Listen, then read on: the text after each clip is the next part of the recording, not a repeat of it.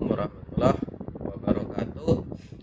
Saya Taufik Fadilah dengan PM 2578 dari kelas 2D.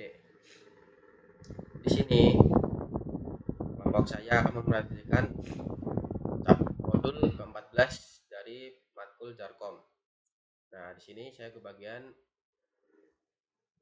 subjudul yang pertama, yaitu tentang role of the transport layer.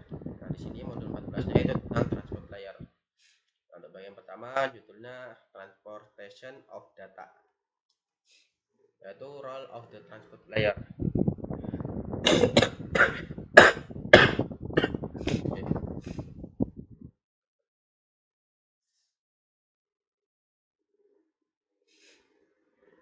Nah, role of the transport layer, di mana program lapisan aplikasi ini menghasilkan data yang harus dipertukarkan antara host sumber dan tujuan, di mana lapisan transport itu bertanggung jawab atas komunikasi logis antara aplikasi yang berjalan di host yang berbeda. Nah, ini dapat layanan seperti membangun sesi sementara antara dua host dan transmisi informasi yang andal ya untuk suatu aplikasi. Nah, seperti yang ditunjukkan pada gambar, lapisan transport merupakan penghubung antara lapisan aplikasi dan lapisan-lapisan yang lebih rendah yang bertanggung jawab atas transmisi jaringan. Nah, ini supaya terhubung, supaya bisa terhubung.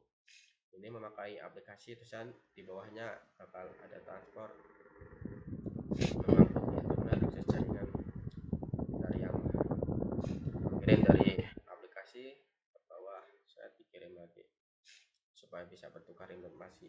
Nah, lapisan transport itu memudahkan data antar aplikasi pada perangkat jaringan. Lapisan transport tidak memiliki pengetahuan tentang jenis host tujuan, jenis media yang harus dilalui data, jalur yang ditempuh data, kemacetan pada tujuan, atau ukuran jaringan. Lapisan transport itu mencakup dua protokol, yaitu protokol kontrol transmisi, transport control pro yaitu transmission control protocol, dan user datagram protocol atau UDP. Nah, yang kedua, transport layer responsibilities. Nah, the transport layer has many. Transport layer itu memiliki banyak tanggung jawab. Nah, tanggung jawab yang pertama itu melacak percakapan individu. Nah, pada lapisan transport itu setiap perkumpulan data yang mengalir antara aplikasi sumber dan aplikasi tujuan dikenal sebagai percakapan dan dilacak secara terpisah. Merupakan tanggung jawab lapisan transport untuk memelihara dan melacak berbagai percakapan ini.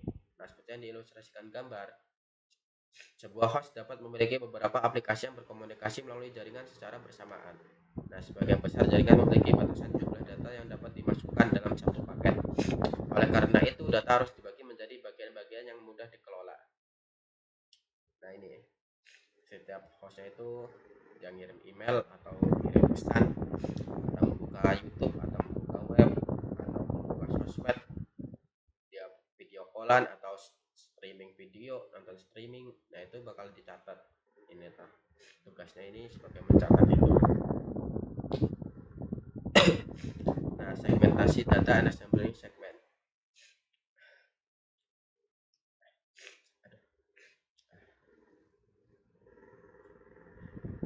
Nah, tanggung jawab lapisan transport itu membagi data aplikasi ke dalam blok-blok dengan ukuran yang sesuai, tergantung pada protokol lapisan transport yang digunakan.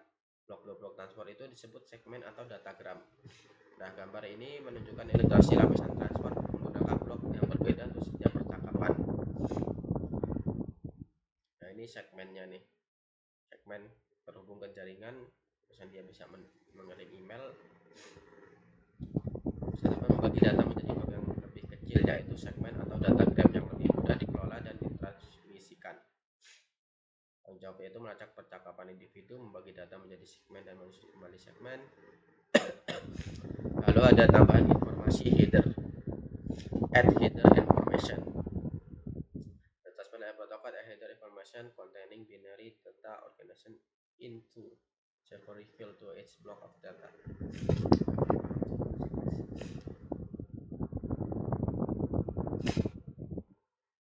Nah, bagian 3 menambahkan informasi header. Tambahkan informasi header.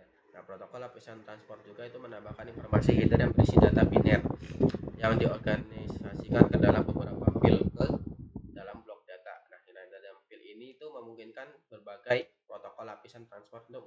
fungsi yang berbeda dalam mengelola komunikasi data.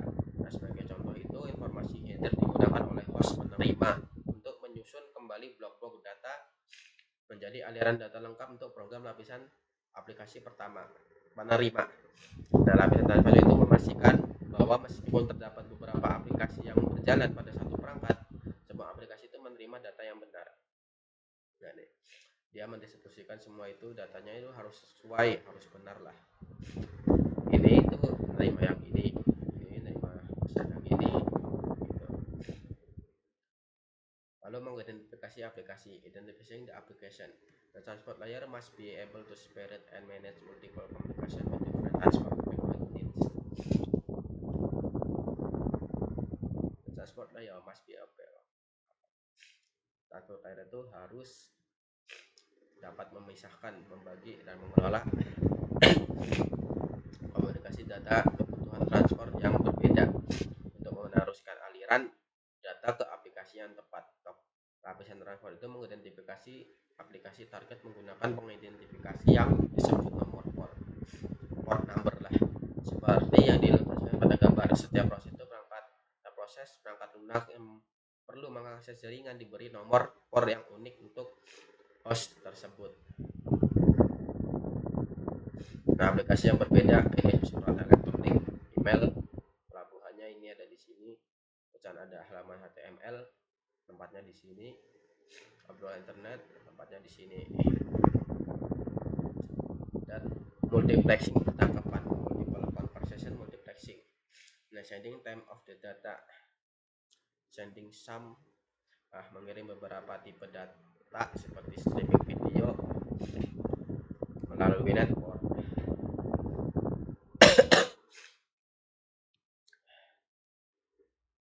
Sebagai satu kesatuan lengkap komunikasi.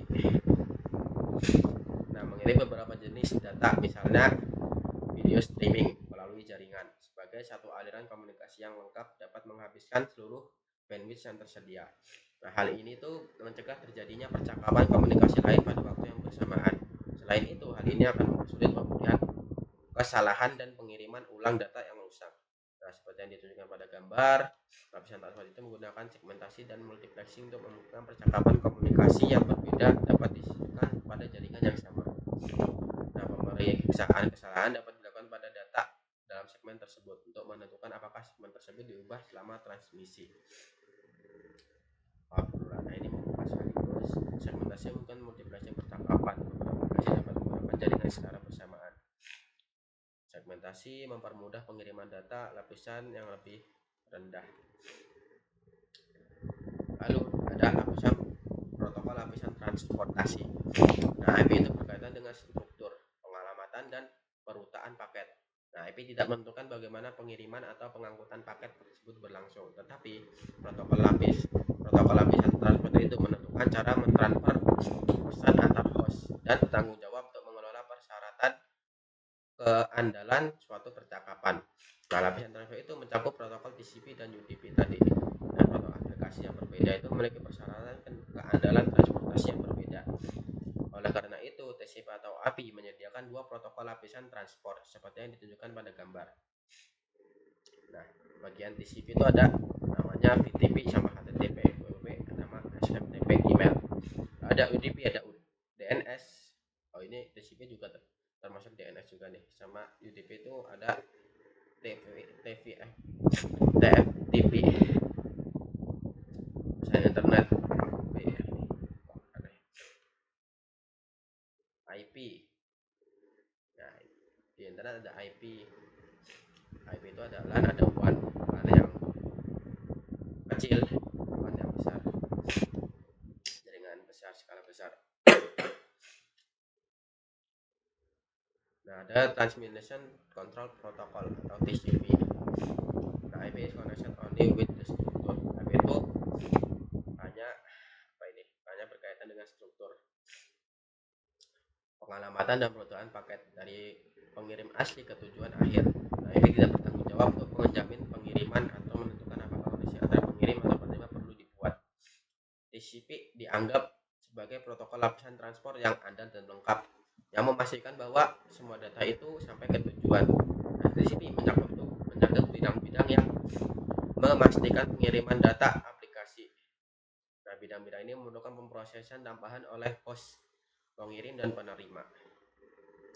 Menurutnya catat TCP itu membagi data menjadi beberapa segmen. Transportasi TCP analog dengan pengiriman paket yang dilacak dari sumber ke tujuan. Jika pesanan pengirim dibagi menjadi beberapa paket, pelanggan dapat memeriksa secara online untuk melihat urutan pengirimannya. Nah, TCP menyediakan keandalannya dalam dan kontrol aliran menggunakan operasi dasar berikut. Nah, pertama itu menomori dan melacak segmen data yang dikirim ke host tertentu dari aplikasi tertentu. Konfirmasi data yang diterima, mengirim data ulang yang belum diakui setelah jangka waktu tertentu, mengurutkan data yang mungkin tiba dalam urutan yang salah, mengirim data dengan kecepatan efisien yang dapat diterima oleh penerima. Nah, untuk mempertahankan status percakapan dan melacak informasi, TCP harus terlebih dahulu membangun koneksi antara pengirim dan penerima. Inilah kenapa TCP dikenal sebagai protokol berorientasi koneksi.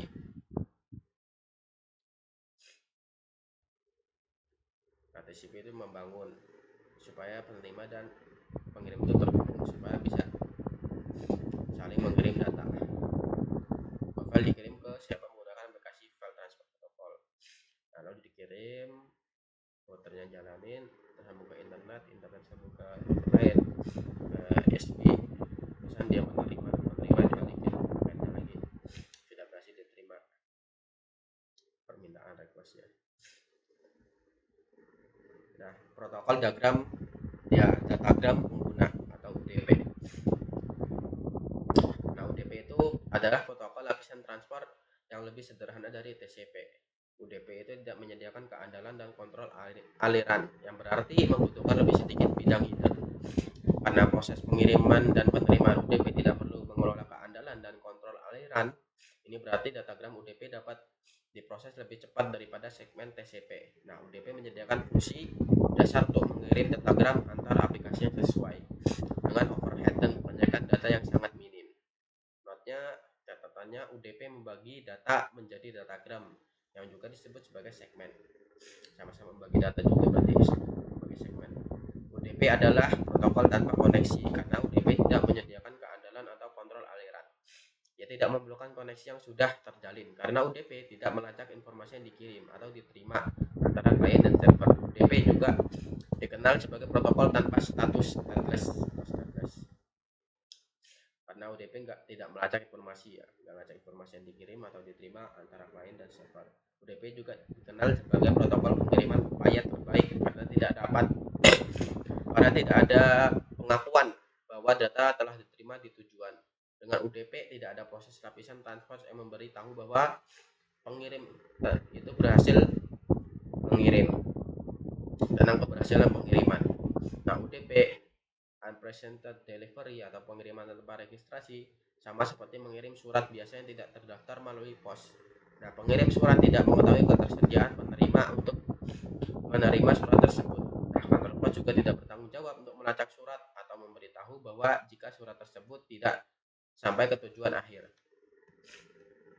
Berarti kita kirim tanpa nama, pesan pengirim itu yang kita kirim nggak tahu diterima apa enggak. Pesan yang ini kita kirim surat di kantor pos ini, yang kantor pos itu ya nggak mau lah karena nggak ada siapa yang menerima, jadi nggak bertanggung jawab juga. Nah, lalu yang 6, the right transport layer protocol for right application. Beberapa aplikasi itu dapat mentolerir kehilangan data sebelum transmisi melalui jaringan, tetapi penundaan transmisi itu tidak dapat diterima. Untuk aplikasi ini, UDP itu pilihan yang lebih baik karena membutuhkan lebih sedikit overhead jaringan. Nah, UDP lebih disukai karena untuk aplikasi seperti Voice over IP atau VoIP, konfirmasi dan transmisi ulang akan memperlambat pengirim dan membuat percakapan suara tidak dapat diterima. Nah, UDP itu juga digunakan oleh aplikasi permintaan dan balasan di mana data yang dikirim minimal dan pengirim ulang dapat dilakukan dengan cepat. Misalnya sistem nama domain name system. pengirim menggunakan UDP untuk jenis transaksi ini. Klien meminta alamat IPv4 dan IPv6 untuk nama domain yang dikenal dari server DNS. Jika klien tidak menerima respon dalam jangka waktu yang telah ditentukan, klien cukup mengirimkan permintaan lagi. Nah, sebagai contoh, jika satu atau dua segmen dari siaran video langsung itu streaming itu gagal sampai hal itu menyebabkan gangguan sesaat pada siaran, hal itu mungkin tertampak sebagai distorsi pada gambar atau suara, tapi mungkin tidak terlihat oleh pengguna. Jika perangkat tujuan harus memperhitungkan data yang hilang, siaran dapat tertunda saat menunggu pengiriman ulang. Nah, sehingga menyebabkan kualitas gambar atau suara menurun drastis. Nah, dalam hal ini lebih baik untuk menampilkan media sebaik mungkin dengan segmen yang diterima dan mengesampingkan keandalan. Nah, untuk aplikasi lain penting agar semua data sampai dan dapat diproses sesuai urutan yang benar. Untuk jenis aplikasi ini, TCP digunakan sebagai protokol transport. Misalnya aplikasi seperti basis data, peramban web, klien email memerlukan agar semua data dikirim sampai ke tujuan dalam kondisi aslinya. Data yang hilang dapat merusak komunikasi, membuatnya tidak lengkap atau tidak dapat dibaca, misalnya penting saat mengakses informasi perbankan melalui web untuk memastikan semua informasi dikirim dan diterima dengan benar. Nah, pengembang aplikasi itu harus memilih jenis protokol transport yang tepat berdasarkan kebutuhan aplikasi. Video dapat dikirim melalui TCP atau UDP. Aplikasi yang melakukan streaming audio dan video itu tipikalnya memakai TCP. Nah, aplikasi menggunakan TCP itu untuk melakukan buffering, problem bandwidth, dan kontrol kemacetan guna mengontrol pengalaman pengguna dengan lebih baik. Video dan suara waktu nyata biasanya menggunakan UDP, tetapi juga dapat menggunakan TCP atau keduanya. Aplikasi konferensi video mungkin menggunakan UDP secara default, tetapi karena banyak firewall memblokir UDP, aplikasi tersebut juga dapat dikirim melalui TCP. Aplikasi yang melakukan streaming audio dan video yang tersimpan menggunakan TCP, misalnya jika jaringan kita itu tiba-tiba tidak dapat melakukan bandwidth yang dibutuhkan untuk menonton film sesuai permintaan, aplikasi akan menghentikan pemutaran sementara. Nah, selama jeda kita mungkin melihat pesan buffering, message while the speaker to respond established stream, pesan sementara TCP berupaya membangun kembali aliran data. Kita melihat pesan buffering. Nah, sementara TCP berupaya membangun kembali aliran data. Ketika semua segmen sudah lengkap dan tingkat bandwidth minimum terpenuhi, sesi TCP akan dilanjutkan dan film akan diputar kembali. Navigo summarize difference between UDP dan Nah, ini menunjukkan perbedaan antara UDP dan TCP. Kalau UDP itu protokolnya yang dibutuhkan tuh cepat, biaya operasi rendah, tidak memerlukan ucapan terima kasih, tidak mengirim ulang data yang hilang, menyampaikan data saat data tiba. Jadinya UDP itu nggak peduli rusak apa enggak, masih full apa enggak, udah ada yang hilang atau datanya rusak sedikit ya tetap dikirim, yang penting keterima lah. TCP protokol itu dibutuhkan dapat diandalkan, mengakui data, mengirim ulang data yang hilang. Nah, ini kalau TCP itu mengirim data itu bakal datanya tetap utuh seperti yang kita kirim, nggak ada kehilangan, nggak ada yang kurang, menyampaikan data dalam urutan yang teratur. Mungkin untuk bagian modul 14 ini, bagian pertama untuk transport layer ini cukup sekian dari saya. Untuk bagian yang kedua dan seterusnya akan dilanjutkan oleh rekan saya. Terima kasih. Assalamualaikum warahmatullahi wabarakatuh. Saya Naila Deswita dengan NPM 257821006 dari kelas TRI 2D. Baik, jadi pada video kali ini saya akan membahas materi di 14.2 yang mana itu ada di modul 14 transport layer. Yang pertama di sini ada TCP overview. Jadi TCP ini adalah salah satu protokol pada transport layer ya, bersama dengan UDP. Kalau diibaratkan, TCP itu seperti jasa pengiriman paket yang sangat teliti. Sebelum mengirim, dia tuh memastikan dulu tujuan siap penerima. Jadi memastikan dulu tujuan siap menerima saat paket dikirim. TCP juga mengecek apakah paketnya sudah urut dan tidak rusak. Jadi TCP itu kayak memastikan datanya itu sampai ke tujuan gitu. Yang pertama di sini ada TCP fitur atau fitur TCP ya. TCP kan singkatan dari Transmission Control Protocol. TCP ini biasanya digunakan ketika data itu harus sampai dengan lengkap dan urut. Jadi TCP lebih mementingkan keandalan dibandingkan kecepatan. Contohnya penggunaan TCP itu seperti kita membuka website ya, mengirim email, login akun, mengirim file atau remote perangkat yang menggunakan SSH. Karena pada kejadian seperti itu data itu tidak boleh hilang atau tertukar. Yang pertama di sini ada membangun sesi atau connection oriented ya. Fitur pertama TCP itu adalah membangun sesi. Sebelum data dikirim, perangkat pengirim dan penerima harus membuat koneksi terlebih dahulu. Jadi TCP tidak langsung mengirim data begitu saja. Misalnya nih, saya mau mengirim file ke teman. TCP akan memastikan dulu bahwa perangkat teman saya ini aktif dan siap menerima data. Setelah koneksi berhasil dibuat, baru datanya itu dikirim. Karena TCP membuat koneksi terlebih dahulu, TCP disebut Connection Oriented Protocol. Yang kedua itu ada memastikan pengiriman yang andal. Fitur keduanya itu reliable delivery ya kalau dalam bahasa Inggrisnya, yaitu memastikan data benar-benar sampai. Saat data dikirim melalui jaringan, bisa aja datanya ini hilang, terlambat, ataupun rusak. Kalau TCP mengetahui ada bagian data yang belum sampai, TCP akan meminta data tersebut dikirim ulang. Jadi TCP seperti kurir yang meminta tanda tangan penerima ya. Kalau belum ada bukti paket diterima, paket akan dicek atau dikirim kembali. Yang ketiga, ada menjaga urutan data. Fitur ketiga ini adalah memastikan data diterima dalam urutan yang benar. Waktu data dikirim, data besar akan dibagi menjadi beberapa bagian kecil yang disebut dengan segmen. Segmen-segmen ini bisa saja melewati jalur jaringan yang berbeda. Karena jalur yang berbeda, bisa saja segmennya ini segmen nomor 3 sampai lebih dulu daripada segmen nomor 1.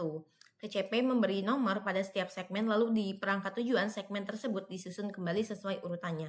Jadi walaupun datanya acak, hasil akhirnya tetap rapi dan sesuai data asli. Yang keempat itu ada aliran flow atau kontrol ya. Fitur terakhir itu ada flow control ya atau kontrol aliran. Setiap perangkat punya kemampuan yang berbeda. Ada perangkat yang bisa menerima data dengan cepat, ada juga yang lambat karena memori atau prosesornya itu terbatas. TCP ini akan mengatur kecepatan pengiriman data supaya perangkat penerima tidak kewalahan. Jadi pengirimnya itu tidak boleh mengirim terlalu banyak data sekaligus. Contohnya seperti kayak kita menuangkan air nih ke gelas. Kalau airnya dituangkan lebih cepat, gelasnya bisa meluap. TCP ini mengatur supaya datanya itu masuk sesuai kemampuan perangkat penerimanya, seperti itu. Ada transisi header ke TCP. Jadi header itu adalah informasi tambahan yang ditempelkan di depan data. Informasi ini tuh membantu TCP mengetahui data ini dari mana, mau kemana, urutannya berapa, dan apakah sudah diterima atau belum. Seperti itu untuk header. Oke, next kita ke 14.2.2. Ada TCP header ya. Di sini ada gambar juga teman-teman. Jadi satu segmen TCP itu memiliki header minimal sebesar 20 byte atau sama dengan 1060 bit. Header TCP ini penting karena TCP itu bersifat stateful. Artinya TCP mengingat status komunikasi yang sedang berlangsung. TCP itu mengetahui data mana yang sudah dikirim, mana yang sudah diterima, dan mana yang harus dikirim ulang. Setelah komunikasi selesai, sesi TCP juga akan ditutup. Saat ini ya teman-teman, ada gambar header. Jadi di bagian paling atasnya ada source port ya dan destination port di sini. Kemudian ada sequence number ya 32, acknowledgement number, dan ada control bits, kemudian Windows, header length, check nasum, dan ada beberapa file lainnya. Seperti itu. Sini ada TCP headers dan file ya. Source dan port, ada TCP dan description-nya. Yang pertama ini ada source port dan destination.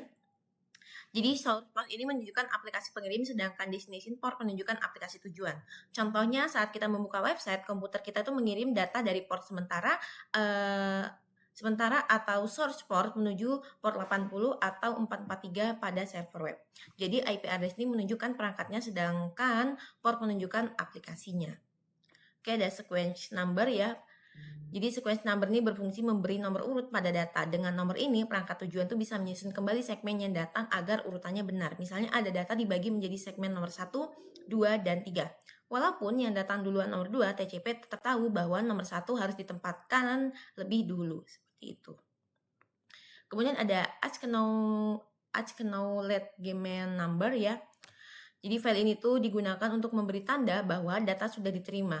Selain itu, file ini juga memberitahu byte berikutnya yang diharapkan oleh penerima. Jadi penerima seperti berkata, data seluruhnya sudah saya terima, sekarang saya menunggu data berikutnya. Kurang lebihnya seperti itu. Kemudian ada header length ya. Header length ini menunjukkan ukuran atau panjang header TCP. Ini penting karena header TCP bisa memiliki tambahan option.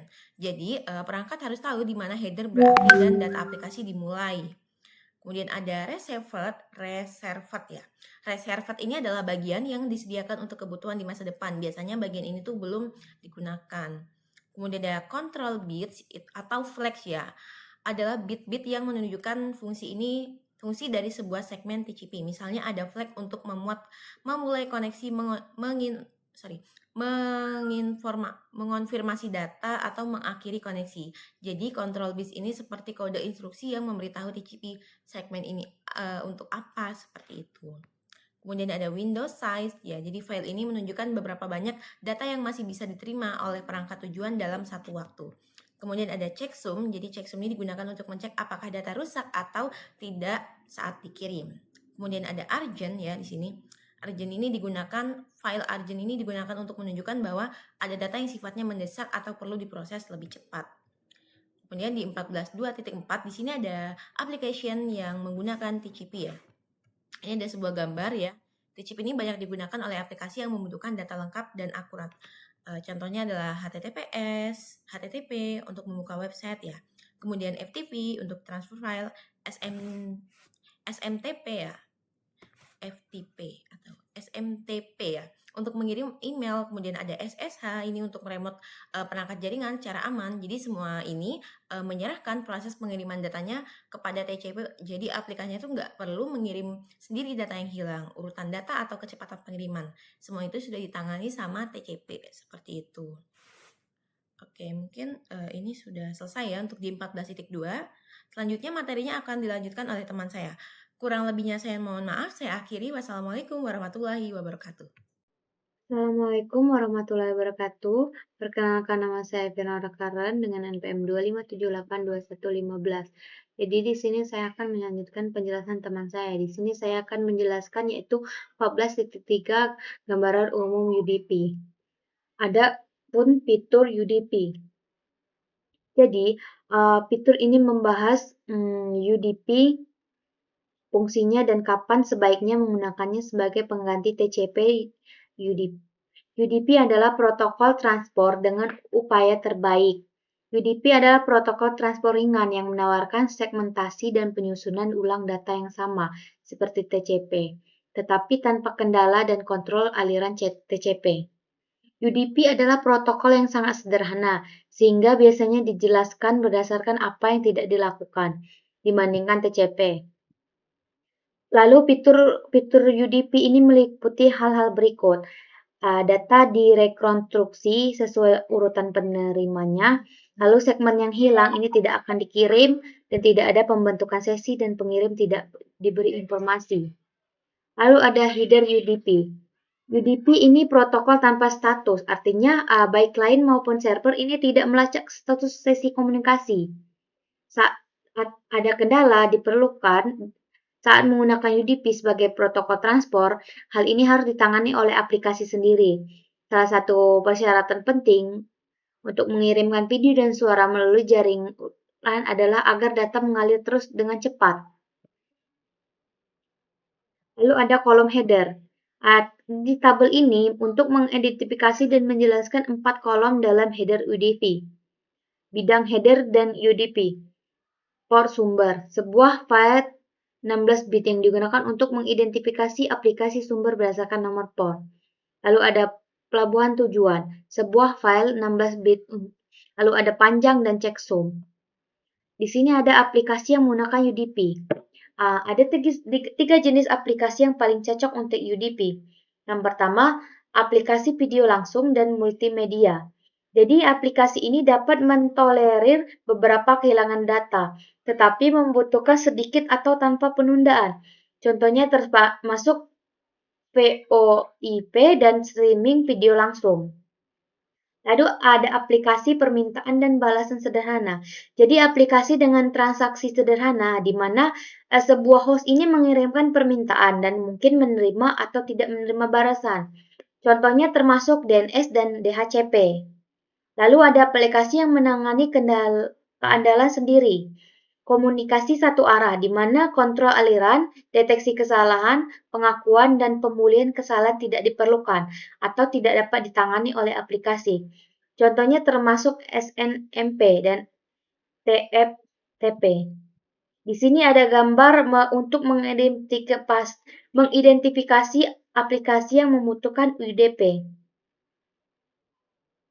Jadi, meskipun DNS dan SNMP menggunakan UDP secara default, keduanya juga membutuhkan TCP DNS dan untuk menggunakan TCP jika permintaan DNS atau respon DNS lebih dari 512 byte.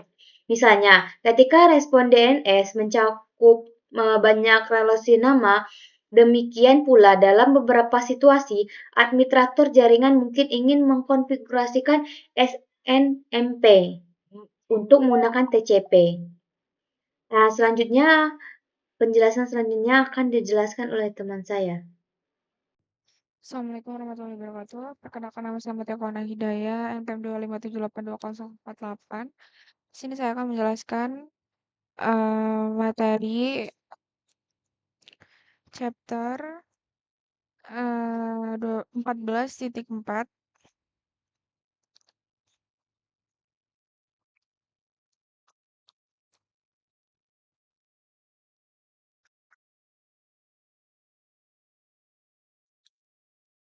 yaitu ports number atau nomor port. Dan di 14.4 ini ada 14.4.1 beberapa komunikasi terpisah. Seperti yang telah kita pelajari, di mana TCP adalah protokol yang tepat untuk pekerjaan tersebut dan situasi lain di mana UDP harus digunakan terlepas dari jenis data yang ditransmisikan baik TCP maupun UDP menggunakan nomor port. Ini port sumbernya, ini port pelabuhan tujuan.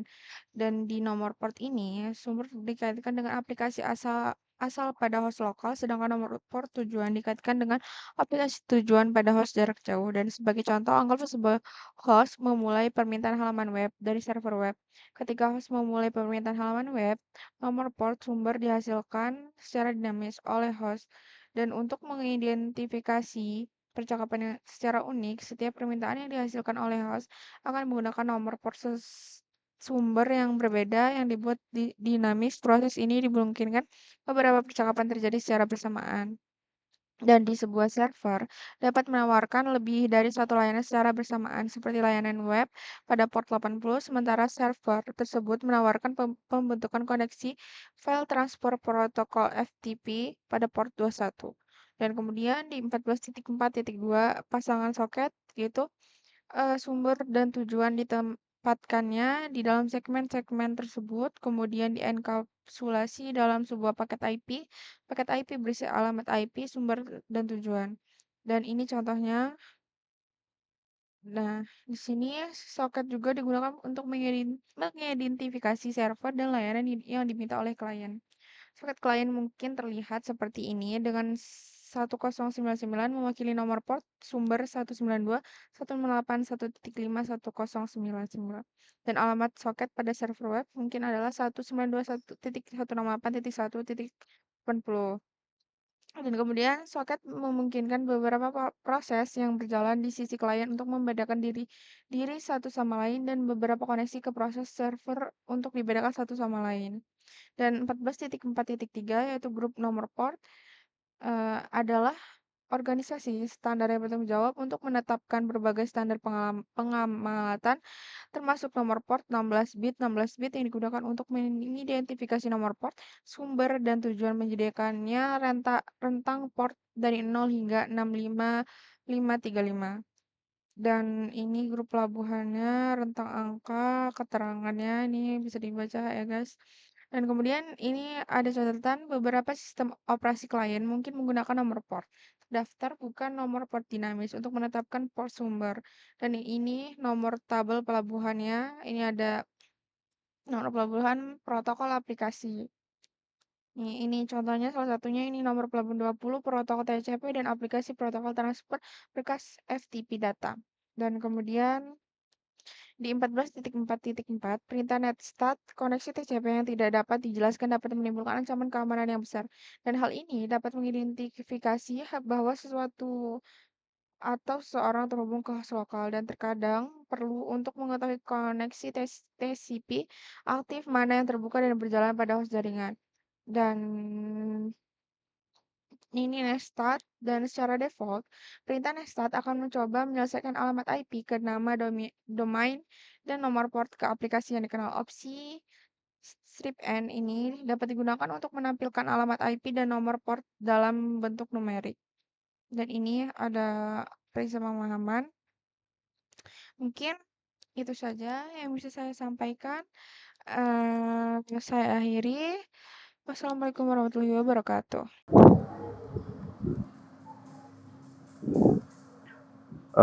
Baiklah, Assalamualaikum warahmatullahi wabarakatuh. Perkenalkan saya Azril Andrean.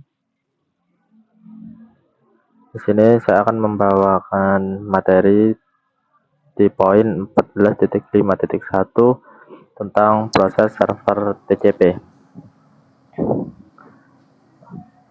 Jadi untuk proses server TCP itu tuh dia sebuah port. Jadi setiap proses aplikasi yang berjalan di server dikonfigurasi untuk menggunakan nomor port. Nah, nomor port tersebut dapat ditetapkan secara otomatis atau dikonfigurasi secara manual oleh administrator sistem. Jadi untuk peran nomor port ini sendiri itu untuk memahami proses komunikasi TCP, memahami peran nomor port. Jadi setiap proses aplikasi yang berjalan di server dikonfigurasi untuk menggunakan nomor port tertentu. Nah, nomor port ini bisa diberikan secara otomatis atau dikonfigurasi secara manual oleh seorang administrator sistem. Kemudian untuk jadi ada aturan unik server. Ya, aturannya aturan mendasar pada jaringan adalah satu server individu dia tidak dapat memiliki dua layanan berbeda yang menggunakan nomor port yang sama. Jadi setiap layanan itu harus memiliki port uniknya sendiri agar data tidak tertukar gitu. Kalau di TCP itu kan dia pakai port 80.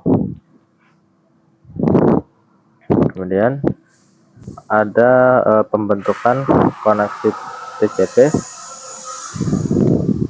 Jadi pembentukan koneksi TCP itu analoginya tuh analogi jabat tangan. Kalau di dunia nyata gitu ibaratnya. Jadi ketika dua orang bertemu, maka mereka saling menyapa dengan berjabat tangan sebagai tanda ini kesepakatan atau dimulainya obrolan. Nah, jaringan komputer bekerja dengan cara yang mirip-mirip kayak gitu. Nah, terus ada juga proses three-way handshake itu sebelum data dikirim host client itu dia akan membuat koneksi agar server itu menggunakan proses yang dikenal sebagai three-way handshake, jabat tangan 3 langkah. Nah, di sini ada beberapa langkahnya. Yang pertama itu sinkronisasi. Itu jadi klien itu memulai komunikasi mengirimkan permintaan sinkronisasi awal dari klien ke server. Nih, ini kan dari A dia mengirim ke minta sinkronisasi ke B. Send synchronous request to B. Nah, kemudian langkah yang kedua itu ada namanya ACK dan dan sinkronisasi, acknowledgement dan sinkronisasi. Jadi server itu kan tadi kan minta request itu sinkronisasi, kemudian dia menerima permintaan itu. Nah, terus dia membalas dengan mengakui ACK permintaan klien sekaligus mengirimkan permintaan sinkronisasi balik gitu. Jadi tadi kan ngirim set, habis itu diterima, terus ngirim ACK minta sinkronisasi juga gitu. Nah, terus di langkah yang ketiga itu acknowledgement, klien itu menerima balasan server dan mengirim konfirmasi akhir kembali ke server. Jadi klien itu kan menerima balasan, terus diminta lagi, terus dikirim lagi gitu. Jadi 3 kali set. Nah, setelah 3 langkah ini selesai, koneksi resmi terbentuk dan data siap dikirim.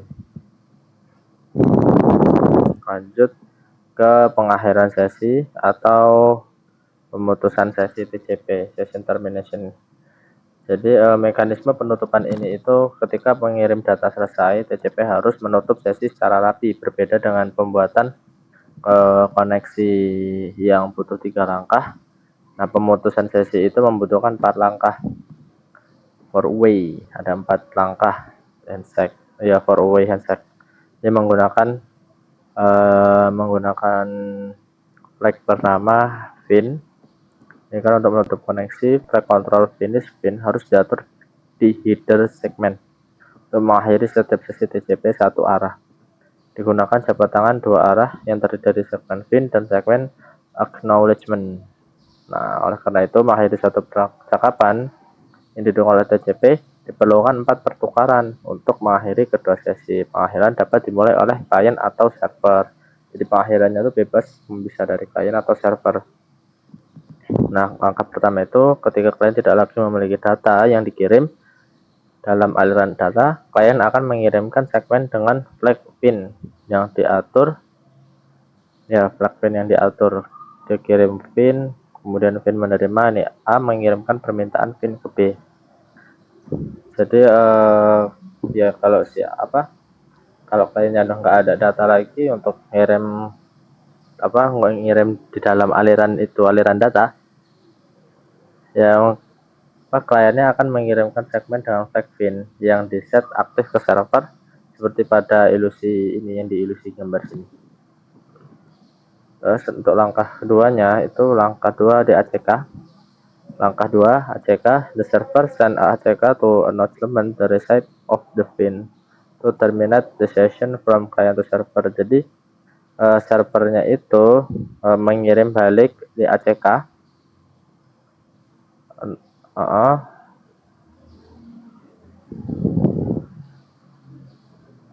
Nah, jadi mengirim balik, kemudian dikirim flag pin, dikirim balik untuk mengonfirmasi bahwasanya permintaan penutupan telah diterima. Kemudian langkah ketiga itu langkah 3 itu selesai, yang dimana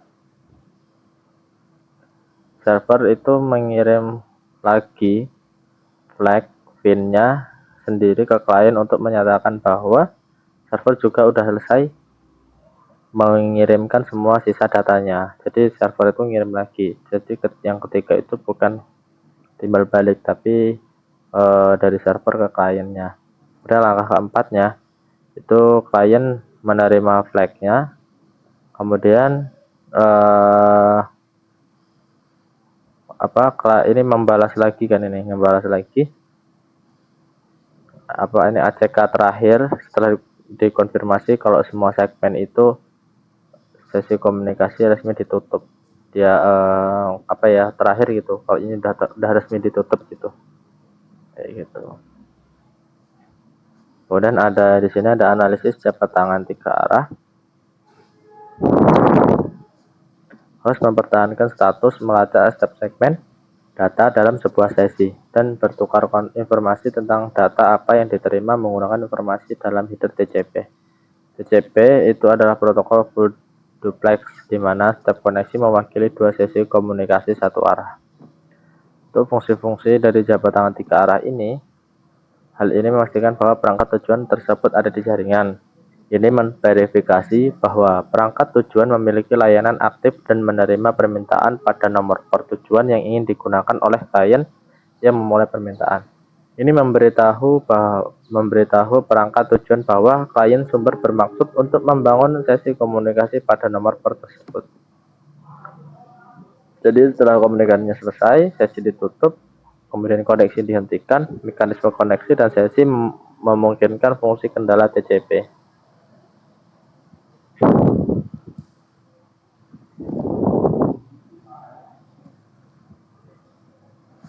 Kemudian di sini kan ada bidang bit control. Ada untuk penjelasannya ini, di sini ada urgent. Dia menandakan bahwa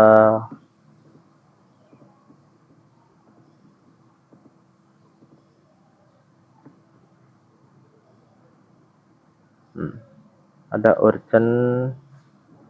Di sini ada urgent, itu adalah menandakan bahwa bidang petunjuk mendesak urgent pointer. Mana sih kalau di sini urgent pointer? Ini ya. Dia mendesak urgent pointer memiliki data signifikan yang harus segera diproses. Di sini ada ACK. ACK itu kan acknowledgement, bendera konfirmasi yang digunakan secara luas dalam pembuatan koneksi handshake dan pemutusan sesi untuk memastikan data itu diterima dengan sukses. Dan di sini ada PSA push function. Push function itu fungsinya untuk langsung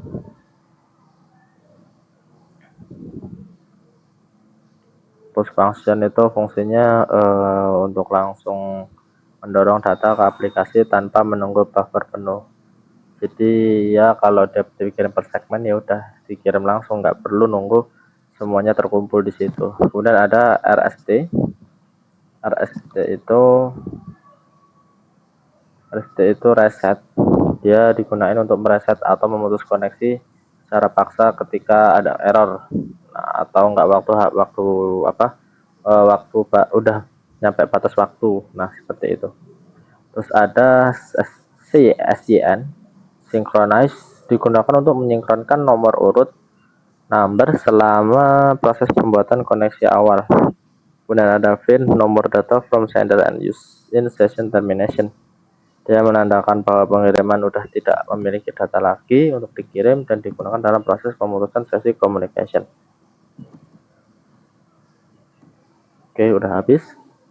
Mungkin itu beberapa penjelasan singkat mengenai poin 14.5. Kurang lebihnya saya mohon maaf, akan dilanjutkan oleh teman saya. Terima kasih. Assalamualaikum warahmatullahi wabarakatuh. Hari ini saya akan mempresentasikan yaitu di 14.7 komunikasi UDP. Jadi di sini ada overhead rendah UDP versus keandalan. Jadi seperti yang dijelaskan, itu sangat cocok untuk komunikasi yang perlu cepat seperti VoIP. Nah, kemudian itu jelasin secara mengapa UDP itu sempurna untuk beberapa jenis transmisi. Nah, ditunjukin pada gambar ini nih. Di sini ada pengirim, jaringan, penerima. Kemudian di 14.7.2 itu perakitan ulang datagram UDP. Jadi seperti segmen dengan TCP, ketika datagram UDP dikirim ke tujuan, mereka tuh sering banget ngambil jalur yang berbeda dan tiba di dalam urutan yang salah. Jadi UDP itu nggak ngelacak nomor urut seperti yang dilakukan di TCP. Jadi UDP itu nggak memiliki untuk menyusun ulang datagram ke dalam urutan transmisinya. Di sini ada UDP tidak terhubung, tidak dapat diandalkan. Selanjutnya, proses dan permintaan server UDP. Jadi seperti aplikasi berbasis TCP, jadi aplikasi server berbasis UDP itu diberi nomor port yang terkenal atau terdaftar seperti yang ditunjukkan pada gambar ini. Permintaan DNS klien aplikasi, klien 1, klien 2, dan server. Yang Selanjutnya di sini proses client UDP. Nah, komunikasi client server ini dimulai oleh aplikasi yang meminta data dan proses server. Proses client UDP secara dinamis memilih port dari rentang nomor port dan penggunaannya sebagai port sumber untuk percakapan. Jadi port tujuan biasanya itu merupakan nomor port dikenal atau terdaftar gitu nomornya. Nah, di sini ada gambarnya ya, yang sementara untuk klien kedua meminta layanan autentikasi radius dari server yang sama. Seperti itu. Mungkin segitu saja yang bisa saya sampaikan. Lebih dan kurangnya saya mohon maaf. Saya akhiri. Wassalamualaikum warahmatullahi wabarakatuh.